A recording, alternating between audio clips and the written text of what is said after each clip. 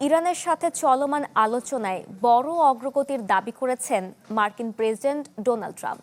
তার দাবি, তেহরান খুব বড় ধরনের ছাড় দিচ্ছে।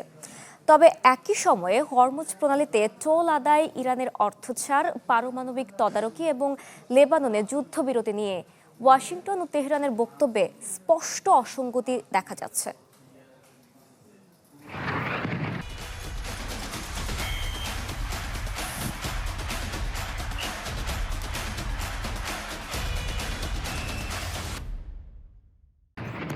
হামলা পাল্টা হামলা থেমেছে, প্রাথমিক চুক্তি ধাপে ধাপে কার্যকর হওয়া শুরু হয়েছে। এর মধ্যে মার্কিন কংগ্রেসে দাঁড়িয়ে ডোনাল্ড ট্রাম্প ঘোষণা দিলেন ইরান নাকি বড় ধরনের ছাড় দিতে শুরু করেছে। তার দাবি, আলোচনায় যুক্তরাষ্ট্রের অবস্থান শক্তিশালী আর সমঝোতার পথও খুলছে দ্রুত। ইরান অনেক বড় ধরনের ছাড় দিচ্ছে, শেষ পর্যন্ত কি হয় তা দেখা যাবে। তবে আলোচনাগুলো খুবই গুরুত্বপূর্ণ ও শক্তিশালী পর্যায়ে পৌঁছেছে এবং সবকিছু এখন পর্যন্ত বেশ ভালোভাবে এগোচ্ছে।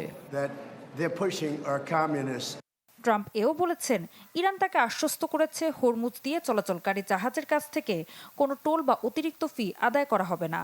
যদি হয় তাহলে আলোচনার সাথে সাথেই ভেস্তে যাবে বলে হুঁশিয়ারি দেন তিনি।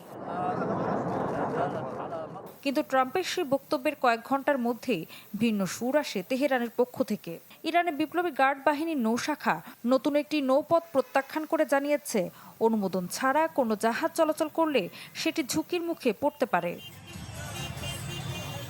ওমান উপকূলের কাছে হরমুজ প্রণালীর জাহাজ চলাচল কিছুটা স্বাভাবিক হতে শুরু করেছে। তবে নিরাপত্তা নিয়ে উদ্বেগ এখনো কাটেনি। আন্তর্জাতিক সামুদ্রিক সংস্থা ওমানের তত্ত্বাবধানে নতুন অস্থায়ী রুট চালুর উদ্যোগ নেওয়া হলেও ইরানের আপত্তি পরিস্থিতিকে আবারও অনিশ্চয়তার দিকে ঠেলে দিচ্ছে। শুধু সমুদ্র পথ নয়, মতবিরোধ রয়েছে পারমাণবিক কর্মসূচি নিয়েও।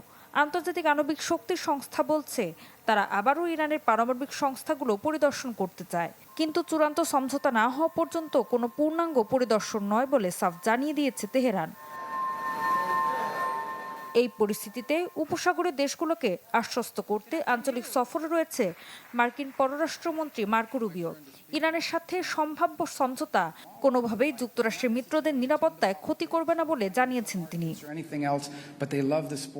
ঋতু সাহা, চ্যানেল 24।